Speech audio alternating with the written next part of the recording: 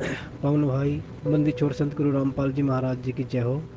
पवन भाई सत साहेब, पवन भाई एक छोटी सी शंका है। हमने पवन भाई आपका सत्संग सुना था कल रात को। भगत से आप सत्संग कर रहे थे, उस भगत ने एक सवाल पूछा था आपसे।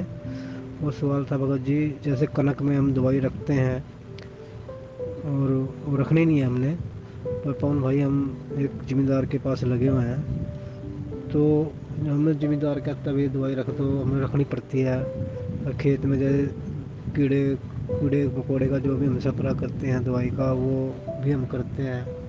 तो पवन भाई थोड़ा समस्या का समाधान बताइए, क्या करना होगा हमें। बड़ी मुश्किल से परमात्मा की कृपा हुई है हम पे, कोई ऐसी भूल चूक ना हो जाए जिससे हमसे परमात्मा दूर हो जाए, कोई ऐसी गलती ना कर बैठे। बड़ी मुश्किल से तो परमात्मा की दया हुई है पवन भाई, थोड़ा इस बात का समाधान दें हमें। हम थोड़ा आगे फिर अपना कुछ सोचें या कुछ फिर अपना विचार करें, भी गिरनी नहीं करनी है, कुछ बताएं पवन भाई। सत साहेब पवन भाई। बंदी छोड़ सतगुरु रामपाल जी महाराज जी की जय हो। सतसाई भगत जी, देखिए बड़े भैया, आपने जो सवाल किया है उसका जवाब तो परमेश्वर दास को निमित्त बनवा के आप जी को दिलवा देंगे, लेकिन उस जवाब के ऊपर अमल करना, उस जवाब को मानना या ना मानना, वो आपके अपने ज्ञान आधार के ऊपर निर्भर करता है। और दास ने पहले भी जिक्र किया था परमेश्वर के ज्ञान आधार से कि इस भक्ति मार्ग में केवल वही नियम नहीं है जो नियम हमें नाम दीक्षा के समय दिए जाते हैं।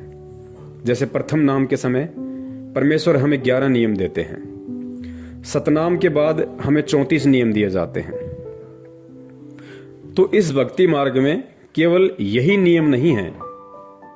इस भक्ति मार्ग में जब आप ज्ञान की गहराई में जाओगे और परमेश्वर के द्वारा कहे गए सत्संगों पे, उनके वचनों पे जब अमल करना शुरू करोगे तो आपको कदम कदम पे एक नया नियम दिखाई देगा, एक नया नियम आपको दिखाई देगा इस भक्ति मार्ग पे। और आपने जो सवाल किया है वो आपने क्यों किया? वो आपने इसलिए किया क्योंकि परमेश्वर की सत भक्ति अपनाने के बाद आपकी आत्मा ने आपको चेताया कि भाई अपनी रोजी रोटी के लिए, अपने स्वार्थ के लिए आप किसी की हत्या नहीं कर सकते, आप जीवों की हत्या नहीं कर सकते, अपने स्वार्थ के लिए। तो भगत जी, इसका जो समाधान है, इसका समाधान यही है कि जिस व्यक्ति को परम पूज्य सतगुरु रामपाल जी महाराज जी का ज्ञान हो जाएगा और जो उनके तत्व ज्ञान को ध्यान से सुनता है, गहराई से सुनता है, तो उस तत्व ज्ञान में परमेश्वर ने बताया कि एक भगत को अपने गुरुदेव से क्या मांगना चाहिए। सबसे पहले तो भगत को अपने गुरुदेव से यही मांगना चाहिए कि भक्ति दान मोहे दीजियो देवन के देवा हो।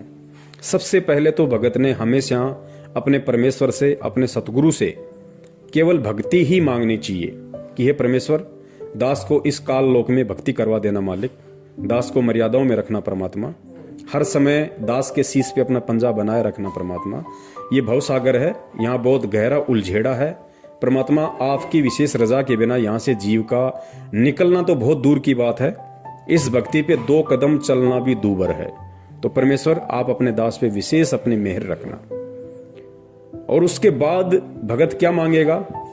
उसके बाद परमात्मा ने कहा कि भगत को अपने जीवन उपार्जन के लिए, अपनी रोजी रोटी के लिए केवल परमात्मा से यही प्रार्थना करनी चाहिए कि साईं इतना दीजियो जामे कुटुंब समावे, हम भी भूखे ना रहें अतिथि न भूख हो जावे।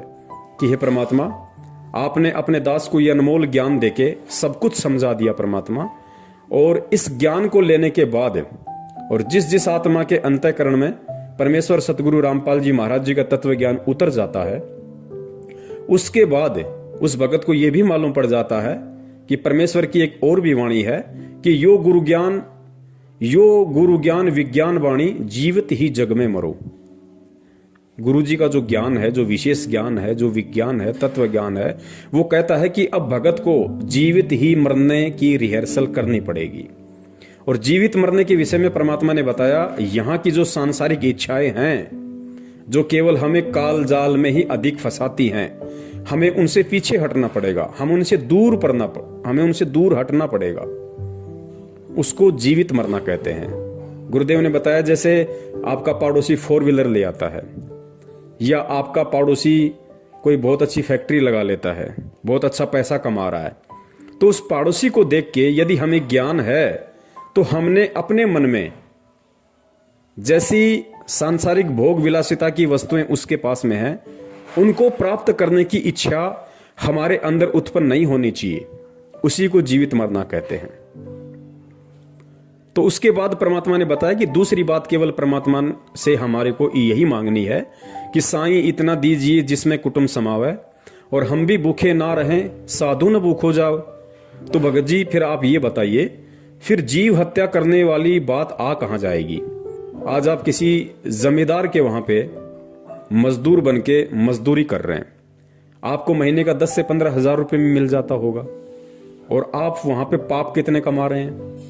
आप करोड़ों जीवों की उस फसल के ऊपर स्प्रे करने के लिए जो आप केमिकल का यूज करते हैं, या उसके जो अन्न का भंडार है वहां पे आप केमिकल वगैरह रखते हैं, उसमें कितने जीवों की हत्या होती है, कितने सूक्ष्म जीव मरते हैं।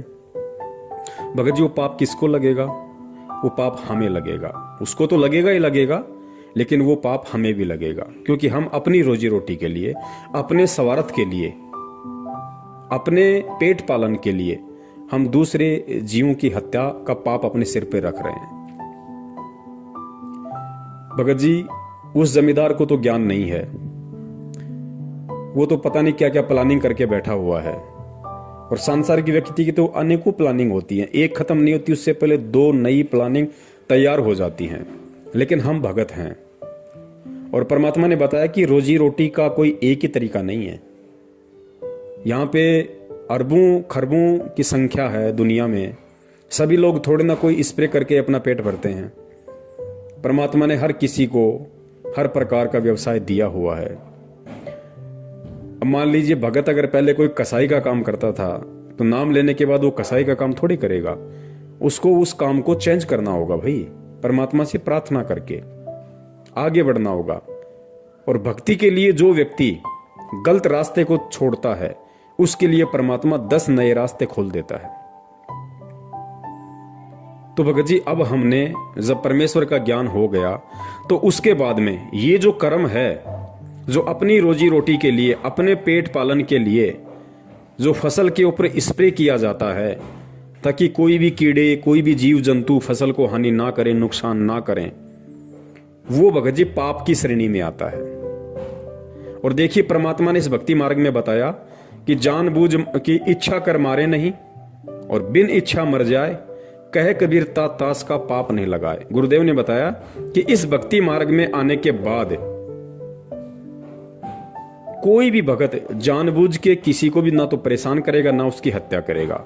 और अनजाने में यदि भगत से किसी की हत्या हो जाती है, तो उसका दोष भगत के ऊपर नहीं लगता।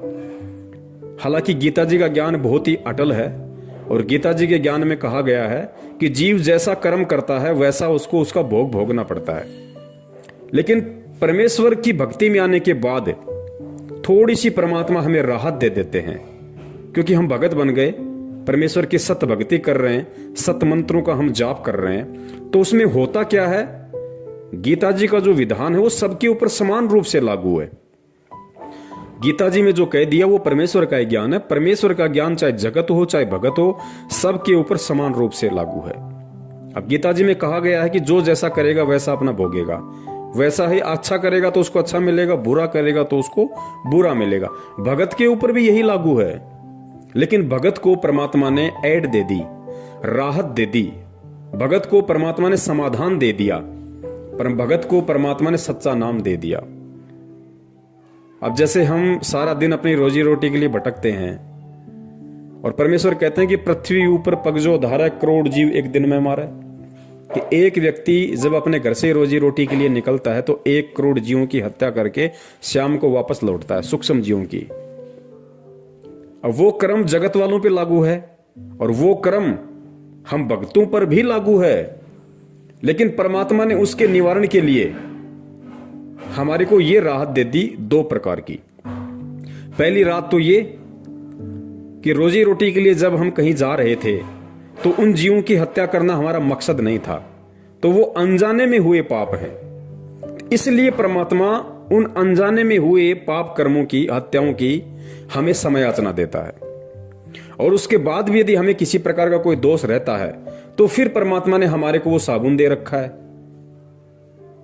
पाप कर्म रूपी जो कपड़ा है उसको साफ करने के लिए फिर परमात्मा ने हमारे को सच्चा नाम दे रखा है। उस सच्चे नाम के सुमरण से फिर वो पाप कर्म धुल जाते हैं। लेकिन जगत वालों के ऊपर ऐसा कुछ नहीं है, उनको तो भोगना ही पड़ेगा, क्योंकि ना तो वो परमात्मा की शरण में है ताकि परमात्मा उसको ये राहत दे सके कि भाई अगर अनजाने में तेरे से कोई गलती हो गई तो उसको मैं क्षमा करूंगा, क्योंकि जगत वाले परमात्मा की शरण में नहीं है, इसलिए उनको ये राहत भी नहीं है। और ऊपर से उनके पास कोई सतनाम भी नहीं है, सच्चा नाम भी नहीं है, परमात्मा की शरण भी नहीं है, तो जगत वाले तो हर तरीके से पाप में ही गल रहे हैं। लेकिन हम भक्तों को परमात्मा ने अनजाने में हुए या धोखे से यदि हमारे साथ किसी ने कोई छलबल किया है तो उसका पाप कर्म हमारे ऊपर नहीं लगता है, ये परमेश्वर ने हमें राहत दे दी। लेकिन भगत जी, फसल के ऊपर जो स्प्रे किया जाता है कीड़ों को खत्म करने के लिए, जो फसल को नुकसान करते हैं उन कीड़ों को समाप्त करने के लिए जो फसल पे छिड़काव किया जाता है केमिकल का, भगत जी वो तो अनजाने की गलती नहीं है, वो तो जानबूझ के किया जा रहा है। और किया केवल इसलिए जा रहा है ताकि हम उन कीड़ों को समाप्त कर सकें। उन कीड़ों को जानबूझ के मारने के लिए वो स्प्रे किया जाता है ताकि फसल बर्बाद ना हो, फसल को किसी प्रकार का कोई नुकसान ना हो। तो भगत जी ये अनजाने की गलती नहीं है, ये जानबूझ के की जा रही गलती है। और भगत होने के बाद यदि जानबूझ के भगत गलती करेगा तो जिस प्रकार परमात्मा ने अनजाने की गलती के लिए भगत को माफ करने की बात कही है, उसी प्रकार इस भक्ति में आने के बाद में जानबूझकर की गई गलती की सजा भगत को जगत से कई गुना ज्यादा मिलती है। यह परमात्मा का विधान है। तो भाई हम ऐसे पंगे में पांव क्यों दें? अब बहुत सारे भगत भाइयों को शंका हो जाएगी कि भाई हमारे पास तो सैकड़ों बीघा जमीन है, मेरे पास तो 50 किला जमीन है, और मैं तो गेहूं भी करता हूं, पूरी जमीन में सरसों भी करता हूं, जो मक्का बाजरा भी करता हूं, तो भाई मुझे तो उसमें कीटनाशक का इस्तेमाल करना पड़ता है, तो फिर मैं क्या करूं? देखिए भगत जी, ये सतगुरु रामपाल जी महाराज जी की सत भक्ति है, और इस भक्ति में सबसे पहले हमने भगत बनना पड़ेगा, साधु बनना पड़ेगा। और साधु बनने के लिए सबसे पहले हमें अपनी इच्छाओं को सीमित करना पड़ेगा। जब हम अपनी इच्छाओं को सीमित करेंगे तो भले ही मेरे पास में 50 किला जमीन हो, अगर मैंने अपनी इच्छाओं को समाप्त करना शुरू कर दिया है, अपनी फालतू की इच्छाओं को वश में करना शुरू कर दिया है, तो मुझे 50 किला जमीन में गेहूं उत्पादन करने की कोई आवश्यकता नहीं है। मुझे केवल उतना ही अन्न उत्पादन करने की आवश्यकता है जितना अन्न मेरे जीवन उपार्जन के लिए पर्याप्त है। बाकी यदि मैं अन्न उपार्जन करूंगा भगत होके तो मुझे केमिकल का स्प्रे भी करना पड़ेगा। फिर जब वो फसल पैदा होगी, उस गेहूं जो बाजरे को भंडार घर में रखने के लिए, क्योंकि ज्यादा फसल का उत्पादन वही व्यक्ति करता है जिस व्यक्ति को फसल बेचनी होती है। और बहुत सारे जो बड़े बड़े जमींदार होते हैं वो साल भर के लिए स्टॉक कर लेते हैं, और स्टॉक करेंगे तो उनको जाहिर सी बात है, उनको पता है कि भाई इसमें ये फसल बर्बाद होने की आशंका ज्यादा है, उसमें कीड़े वगैरह लगने की आशंका ज्यादा है, तो फिर वो केमिकल वगैरह का उसमें छिड़काव कर देते हैं, स्प्रे कर देते हैं, या और बहुत सारी जैसे कोई एल्ड्रिंग वगैरह आती है उसमें एल्ड्रिंग वगैरह रख देते हैं। तो भगत जी, भगत होके अब हमने ये नहीं करना है, और जितनी हमारे को जीवन उपार्जन के लिए अन्न उत्पादन करना आवश्यक है, अब हमने केवल उतना ही अन्न उत्पादन करना है। भले ही मैं भगत हूं और मेरे पास में 50 किला जमीन है, और मेरा साल भर का काम यदि 5 किला जमीन के गेहूं से चल रहा है, तो मुझे 5 किलो गेहूं जमीन में ही गेहूं उत्पादन करना है। बाकी आप किसी को बटाई पे दे सकते हो, हिस्से में दे सकते हो, हिस्सेदारी में दे सकते हो, ताकि वो भी बेचारा अपने परिवार का पेट पाल ले और उसका कुछ प्रतिशत आपको भी मिल जाए। और वो आप परमेश्वर के धर्म भंडारे में लगा दो, आप परमेश्वर को दान रूप में दे दो, तो आपके ऊपर भी भार नहीं रहेगा। और जितना आपको आवश्यक है उतना आपको परमात्मा उस 5 किले जमीन में दे देगा। वरना आप ज्यादा उत्पादन करोगे, ज्यादा उत्पादन करने के लिए फिर आपको सारी व्यवस्था करनी पड़ेगी, जो केवल हमें पाप का ही भागी बनाएगी। और दूसरी बात भगत जी, अब हम परमात्मा के भगत हैं, परमात्मा के बच्चे हैं, और अब भी यदि हम इन चीजों की इच्छा लेके यदि हम इस तरीके से संचय करेंगे तो भगत जी फिर हम कहीं ना कहीं हम परमात्मा की मर्यादाओं से दूर हैं। हम अभी भगवान को और भक्ति को नहीं समझ पाए हैं।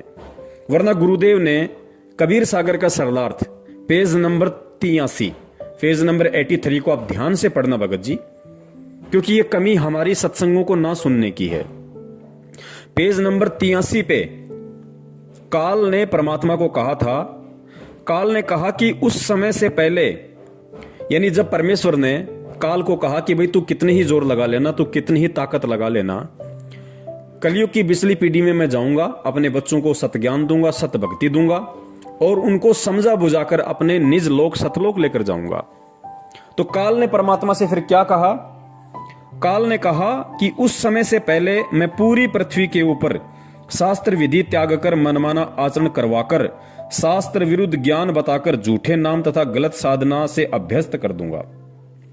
जब 13वां अंश आकर सत्य कबीर पंथ चलाएगा, उसकी बात पर कोई विश्वास नहीं करेगा, उल्टे उसके साथ झगड़ा करेंगे।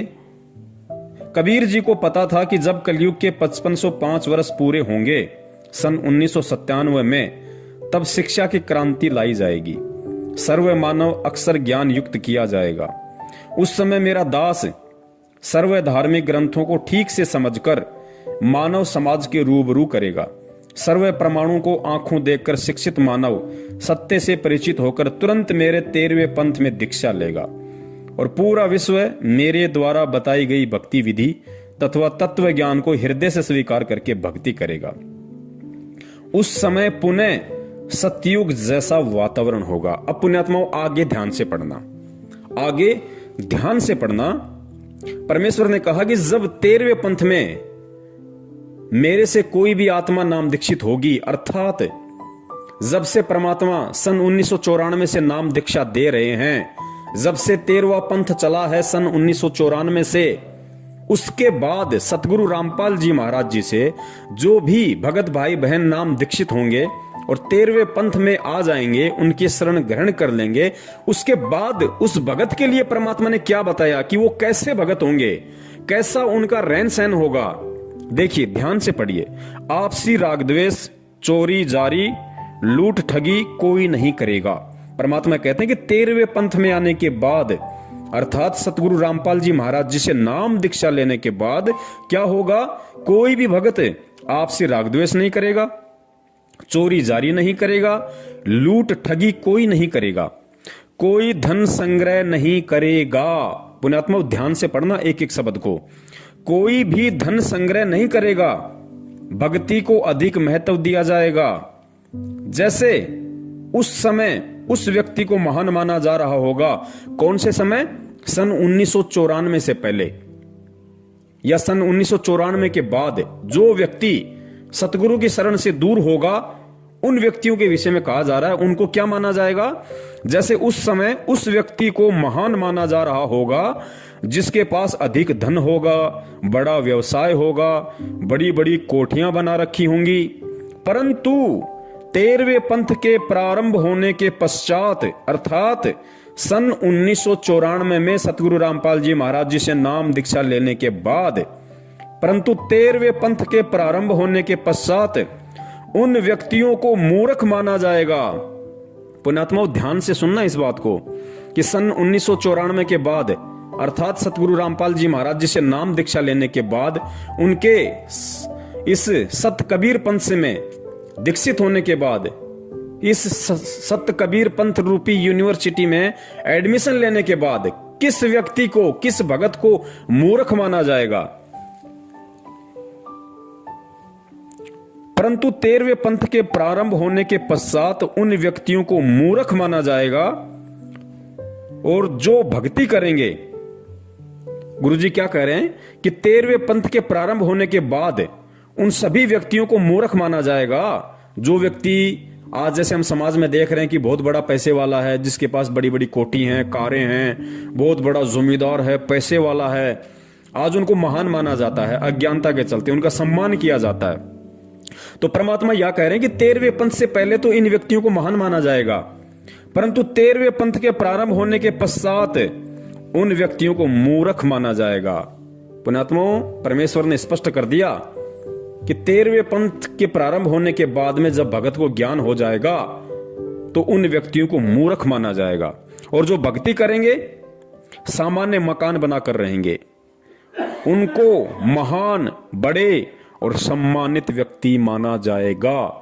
अर्थात आने वाले समय में केवल उसी भगत को आदर सम्मान की दृष्टि से देखा जाएगा और वही व्यक्ति महान माना जाएगा, बड़ा माना जाएगा, जो व्यक्ति सामान्य मकान बनाकर रहेगा, सामान्य तरीके से अपनी रोजी रोटी के लिए अपना काम धंधा करेगा, ना कोई बड़ी कोठी बनाएगा, ना कोई बड़े बड़े 4 व्हीलर गाड़ियां लेके आएगा दिखावे के लिए। आवश्यकता अनुसार तो कुछ भी हो, लेकिन दिखावे के लिए आवश्यकता से अधिक यदि संग्रह करेगा, गुरुदेव कहते हैं उसको मूर्ख माना जाएगा। और जो भगत साधारण तरीके से चलेगा, सामान्य मकान बना के रहेगा, उसको महान, बड़ा और सम्मानित व्यक्ति माना जाएगा। तो पुण्यात्माओं, अब आप बता दीजिए, क्योंकि ज्यादा अनाज वही व्यक्ति, वही भगत पैदा करेगा जो उसको मार्केट में बेचना चाहेगा, और मार्केट में वो भगत उसको उसी समय बेचेगा जब उसका दाम मार्केट में बढ़ जाएगा। जब मार्केट में उस अनाज की डिमांड बढ़ जाएगी और उसका पैसा ऊंचा होगा, तभी वो भगत या व्यक्ति अपने भंडार घर से उस जमा किए गए अनाज को मंडी में लेके जाएगा, अनाज मंडी में लेके जाएगा। तो भाई फिर वो भगत कहां हुआ? फिर वो भगत कहां हुआ? फिर उसको कितने पाप कर्म अपने सिर पर लादने पड़ेंगे?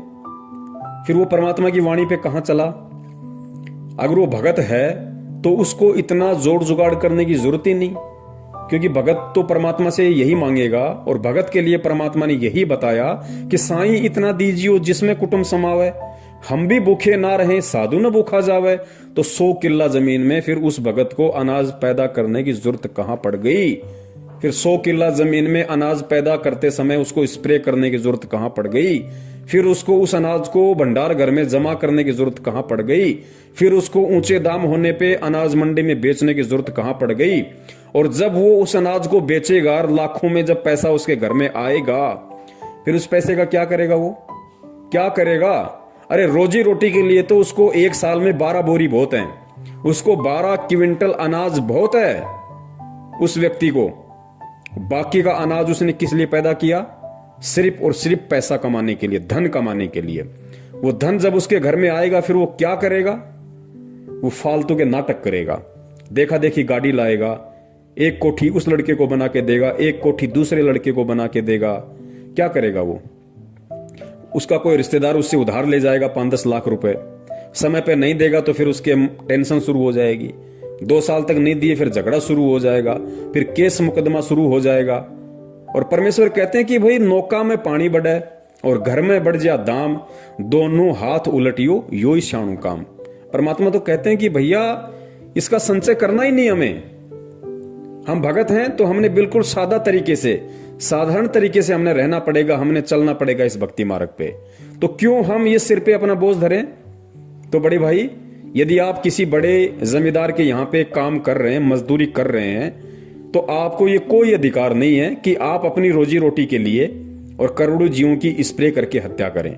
भगत जी, आपको विश्वास होना चाहिए, आप परमात्मा के भगत हैं, आप परमात्मा के बच्चे हैं, और अब आपको विश्वास हो जाना चाहिए कि जिस परमात्मा ने जन्म लेने से पहले मां के गर्भ में 9 महीने तक मुझे आहार खिलाया, मुझे अमी महारस खिलाया, वहां भी परमात्मा ने मेरा पेट पालन किया।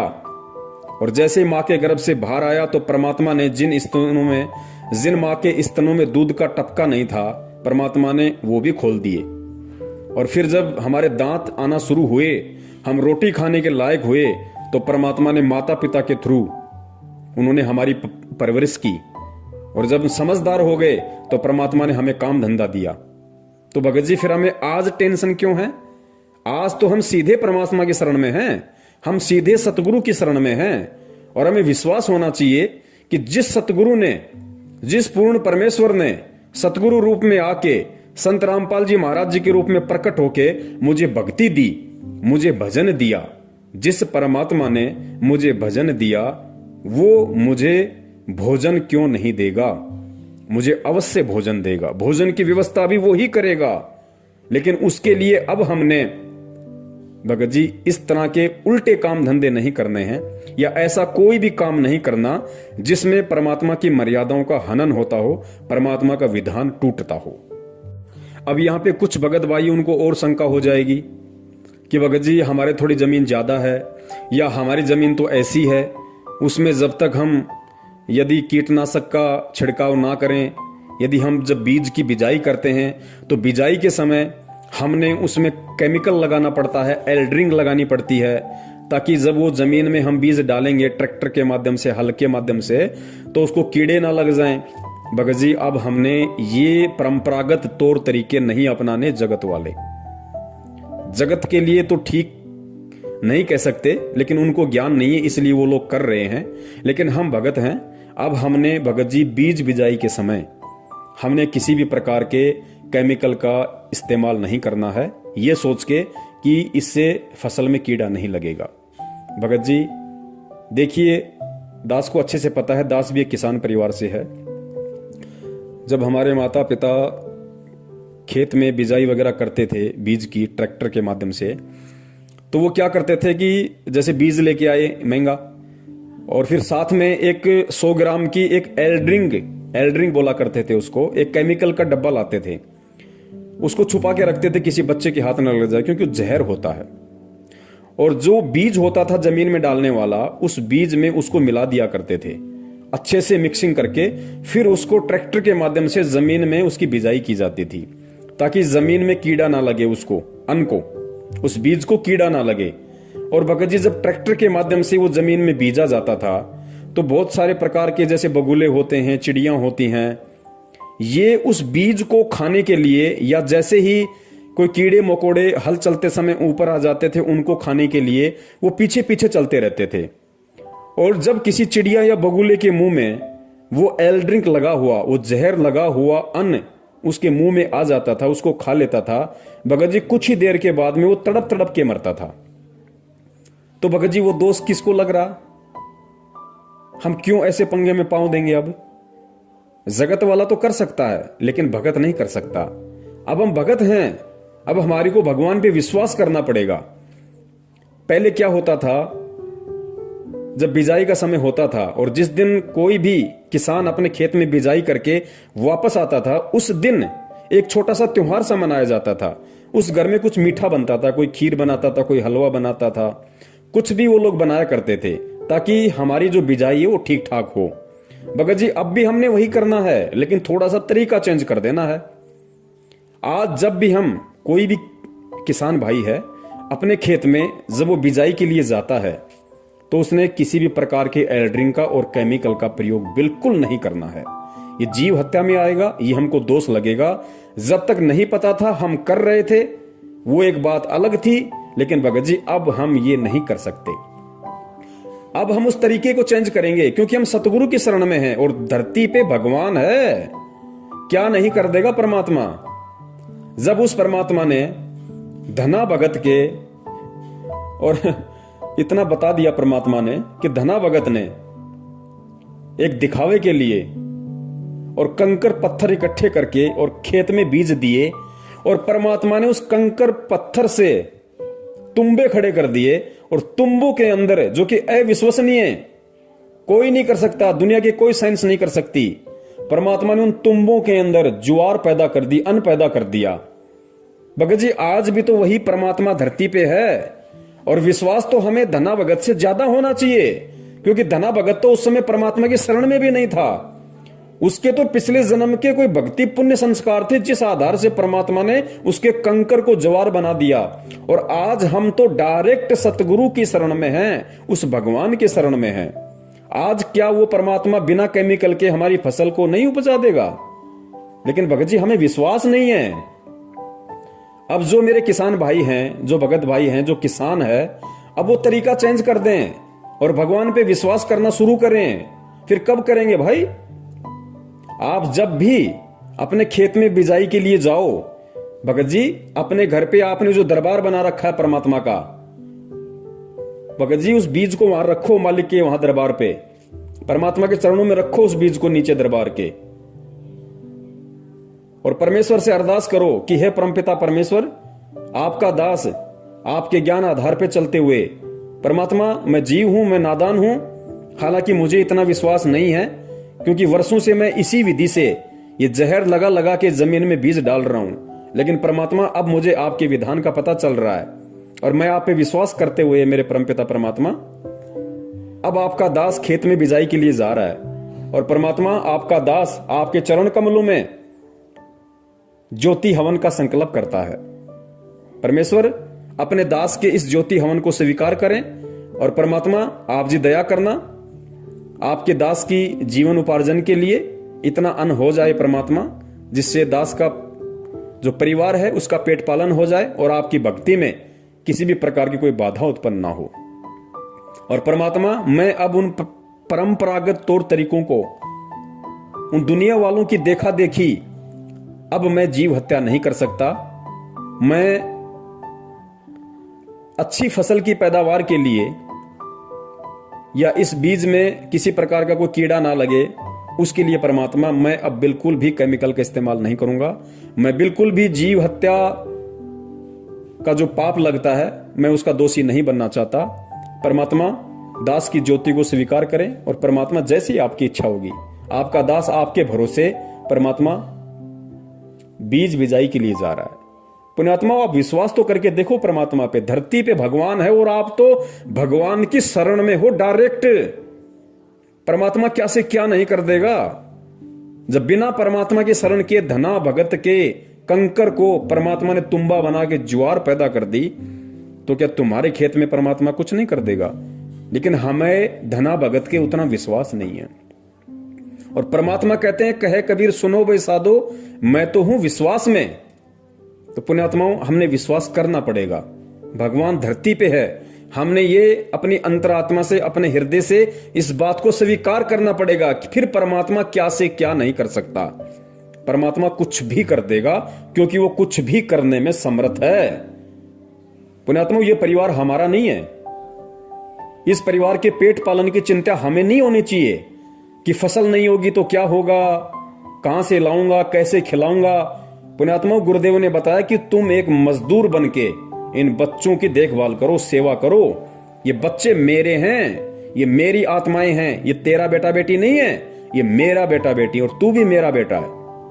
तू केवल मजदूरी कर एक सेवा के तौर पे, बाकी काम मेरा है। अरे जो परमात्मा तीनों लोकों में प्रवेश करके सभी जीव आत्माओं का धारण पोषण कर रहा है, पुण्यात्माओं जब हम उसकी डायरेक्ट शरण में हैं तो क्या हमारी नहीं करेगा? परमात्मा कहते हैं, पो पाटी पगड़ा भया और जागी जिया जून और सब काहू को देत है वो चौथ समाना चून। अरे हम तो इतनी मेहनत करके, इतनी हत्या का दोष अपने सिर पे रख के हम लोग खेत में बिजाई करने जाते हैं, इतनी मेहनत करते हैं, इतना सब कुछ करते हैं, देखभाल करते हैं, और खाते क्या है? 2 रोटी सुबह 2 रोटी शाम को। और वो हाथी, पुण्यात्मा विचार करो वो क्या करता है? उसने कब खेत में फसल बोई? और जितना एक आदमी 1 महीने में नहीं खाता होगा उतना तो हाथी 1 दिन में खा जाता है। उसका भी तो परमात्मा पेट भर रहा है रोजाना। तो भाई हमें विश्वास करना पड़ेगा भगवान पे, फिर देखना परमात्मा का खेल। और फिर जो भगत होगा वो केवल इतना ही अन्न उत्पादन करेगा जितना उसके परिवार की, उसके कुटुंब की आवश्यकता होगी, और आवश्यकता के अनुसार करेगा तो उसको भंडार करने की जरूरत ही नहीं। वो सीधा सीधा अपने घर में 8-10 बोरी जो भी होंगी अपना रोजी रोटी के लिए अपना वो रख लेगा और बाकी को अपना मार्केट में सेल कर देगा, नमक लूण मिर्ची के लिए या अन्य छोटी मोटी आवश्यकता की जो वस्तुएं हैं उसके लिए। यदि उसको अन्न कुछ बचता है तो उसके लिए वो अनाज मंडी में उसको सेल कर देगा और साल भर का उसको जितना चाहिए उतना वो अपने घर पे रख लेगा। तो साल भर में अनाज का कुछ खराब होता नहीं है, तो हम उस पाप से भी बच गए। और परमात्मा की वाणी पे भी हम चल गए कि साईं इतना दीजिए जिसमें कुटुंब समाव, हम भी भूखे ना रहे अतीत न भूख हो जाए। तो ये तो था हमारे किसान भाइयों के लिए। और बाकी मेरे जैसे जो भाई बहन हैं जो अपना रोज खाते हैं, रोज कमाते हैं, उनको तो किसी प्रकार की दिक्कत ही नहीं है, ना उनको जमा करना, क्योंकि आटे का 5 या 10 किलो का एक कट्टा आता है, अपना ले आओ, 5 दिन में खत्म, फिर दूसरा ले आओ। तो हमें तो किसी प्रकार की दिक्कत ही नहीं है। तो किसान भाइयों को इस तरीके से इस भक्ति मार्ग पे अब परमेश्वर पे विश्वास करके और दुनिया वालों की देखा देखी फालतू की चीजों की इच्छा के लिए, या वैसे भी नादानी में जैसे दुनिया पहले जो सारे ये कर्म कर रही थी, एल्ड्रिंग लगा के, केमिकल लगा के बीज की बिजाई करना, फिर फसल के ऊपर स्प्रे करना। पुण्यात्माओं, अब हमने धना भगत जी से ये सीख लेते हुए और परमात्मा धरती पे है इस बात को अपने हृदय में समा के और मालिक पे विश्वास करके अब हमने चलना पड़ेगा। फिर परमात्मा हमारे से दूर नहीं है, वो सब देख रहा है, वो सब देख रहा है। और परमात्मा कहते हैं साहिब से सब होता है, बंदे से कुछ नहीं, वो राई से पर्वत कर दे, फिर पर्वत से राई। जो परमात्मा पर्वत से राई और राई से पर्वत, मतलब परमात्मा 1 सेकंड में सब कुछ विध्वंस कर दे और अगले ही पल परमात्मा वैसा का वैसा कर दे, उसको कहते हैं राई से पर्वत और पर्वत से राई करना। तो पुण्यात्माओं, परमात्मा हमारे लिए फिर क्या कुछ नहीं कर सकता, और वो यहां पे हमारे लिए ही तो कुछ करने के लिए आया हुआ है। और किस लिए आया परमात्मा सतलोक छोड़ के? आप और हमारे लिए आया हुआ है। हमें वो भक्ति देने के लिए आया है, अपना विधान संविधान बताने के लिए आया है, उस संविधान पे हमारे को चलना कैसे है वो बताने के लिए आया है। और जब हम परमात्मा के हिसाब से चलेंगे, परमात्मा के संविधान पे चलेंगे, तो पुण्यात्माओं फिर परमात्मा क्या नहीं कर देगा? परमात्मा कुछ से कुछ भी कर देगा। तो अब हमने इन सब बातों का पुण्यात्माओं विशेष तौर से ध्यान रखना है। और दास केवल उतनी ही बात आप जियों को कहेगा जो बात परमेश्वर के ज्ञान आधार से है, और जिस बात पे दास खुद भी चलता है। दास केवल वही बात अपने वीडियो के माध्यम से भगत समाज को बताता है जो दास भी अमल करता है, वरना दास को भी परमात्मा के विधान का अच्छे से पता है कि करनी तज कथनी कथ है, अज्ञानी दिन रात, कुत्ते जू भोकत फिरे, सुनी सुनाई बात। तो मैं कुत्ते की शरण में आ जाऊंगा अगर मैं संगत को, मेरे भगत भाई बहनों को सलाह देता रहा, उनका समाधान करता रहा, और मैं खुद यदि उन पॉइंट्स पे अमल नहीं करूंगा, तो पुण्यात्माओं फिर मैं कुत्ते की शरण में आ जाऊंगा, परमात्मा मुझे कभी माफ नहीं करेगा। इसलिए दास केवल उतनी ही बात बोलता है और वही सलाह अपने भगत भाई बहनों को देता है जो दास उन पे अमल करता है। अन्यथा दास को कोई अधिकार नहीं है किसी को कोई सलाह देने की। तो पुण्यात्माओं, अब हम भगत हैं और परमात्मा धरती पे है, अब हमने इस तरीके से चलना होगा। और भगत जी, ठीक है, आप किसी जमींदार के वहां पे काम कर रहे हैं, आप उसका ये सीजन तो निकालो, बीच में छोड़ोगे वो भी ठीक नहीं है, किसी को धोखा देना भी गलत है। लेकिन आप जब तक वहां पे काम कर रहे हो और आपके सामने ऐसी नौबत है, तो भगत जी ये सीजन तो आपने उसका निकालना पड़ेगा। और परमात्मा से आप जी प्रार्थना कर करके जब भी आप अपना वो करो, स्प्रे वगैरह कुछ भी आपको करना पड़े, तो अपना जो भी परमेश्वर का आपको नाम मिला हुआ है, आप परमेश्वर के नाम के साथ में और मंगलाचरण के साथ में आप जी ने परमात्मा से प्रार्थना करते हुए, समय याचना करते हुए आपने अपना वो कर्म करना है कि परमात्मा जैसे तैसे करके इसका ये सीजन निकल जाए, उसके बाद ये अपने मैं अपने, और परमेश्वर मैं रोड पे ठेला लगा के अपना जीवन उपार्जन कर लूंगा, लेकिन इस पाप में पांव दोबारा नहीं दूंगा। तो भाई इस तरीके से हमने बचना पड़ेगा भगत जी, क्योंकि ये सब कुछ काल के दाव हैं। देखो, ऐसे उपाय वो व्यक्ति करता है जो भक्तिहीन है, जिसके पास में भक्ति नहीं है, जिसको भगवान पे विश्वास नहीं है, या जिसको बहुत सारी इच्छाएं जिसके अंदर हैं। तो भगत जी वो व्यक्ति इस तरह के काम किया करता है, और काल यही चाहता है, क्योंकि अभी परमात्मा ने पढ़वाया ना, काल ने कहा था कि उस समय तक तो मैं इन जीवों को भक्ति से इतना दूर कर दूंगा, भगवान से इतना दूर कर दूंगा कि जब 13वें पंथ में तेरा दास जाएगा तो कोई उसकी बात को स्वीकार भी नहीं करेगा। लेकिन भगत जी अब हमने, चूंकि हम अगर भगत बने हैं, तो भगत जी हमने भगत बन के दिखाना पड़ेगा। हमने भगत के गुण, भगत के लक्षण अपने ऊपर धारण करके दिखाने पड़ेंगे। हमने काल को नीचा और सतगुरु का मस्तिष्क इस ज्ञान आधार से ऊंचा करके दिखाना पड़ेगा कि हम संत रामपाल जी महाराज जी के सच्चे भगत हैं, हम उनके सच्चे शिष्य हैं, ताकि काल को भी शर्म आ जाए कि वास्तव में जो परमेश्वर ने कहा था मेरे से, वो परमात्मा ने मेरी लाख कोशिशों के बावजूद भी कर दिखाया। तो ये खाली एक किसान वाला क्षेत्र नहीं, जिस भी क्षेत्र में या जिस भी व्यवसाय में जो भी भगत भाई बहन हैं, और यदि उन व्यवसाय में उस व्यवसाय के अकॉर्डिंग यदि ऐसी कोई प्रॉब्लम है, ऐसी कोई दिक्कत है, ऐसी कोई बाधा है जो परमात्मा के विधान के खिलाफ है, परमात्मा की जहां मर्यादाओं का हनन होता है, तो उन भगत भाई बहनों ने भी परमात्मा के ज्ञान आधार से इसी प्रकार उनका समाधान करना पड़ेगा। और हर स्थिति में अंततः उन बातों से दूर हटके और परमात्मा को प्रसन्न करना पड़ेगा, और ये दिखाना पड़ेगा परमेश्वर को कि परमेश्वर आपने हमें जो शिक्षा दी, आपने हमें जो भक्ति दी, और आप हमें जैसा बनाना चाह रहे हैं परमात्मा, हम भी उसके अकॉर्डिंग बनने की पूरी कोशिश कर रहे हैं। तो गुरुदेव कहते हैं जब इंसान खड़ा होकर चलने लगता है तो परमात्मा पीछे से धक्का मार देता है, और जो मेरे जैसा नालायक घुटने टेक के बैठ गया उसको परमात्मा क्या जबरदस्ती खड़ा करेगा। तो भाई अगर हम भगत बने हैं तो हमने फिर भगत पूरा ही बनना है, कच्चा भगत नहीं बनना, फिर आधा अधूरा भगत नहीं बनना, परमात्मा को दुखी नहीं करना।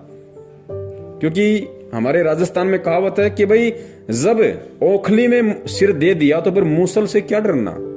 अरे जब ओखली में मुंह दे दिया फिर मूसल से क्या डरना। जब परमात्मा की भक्ति अपना ली, भगत बनने की जो प्रोसीजर है वो हमने शुरू कर दी, तो भाई भगत ही बन के दिखाना फिर, ताकि दुनिया भी याद रखे और दुनिया भी सोचने पे मजबूर हो जाए कि भाई अगर भगत हो तो संत रामपाल जी महाराज के जैसे हों।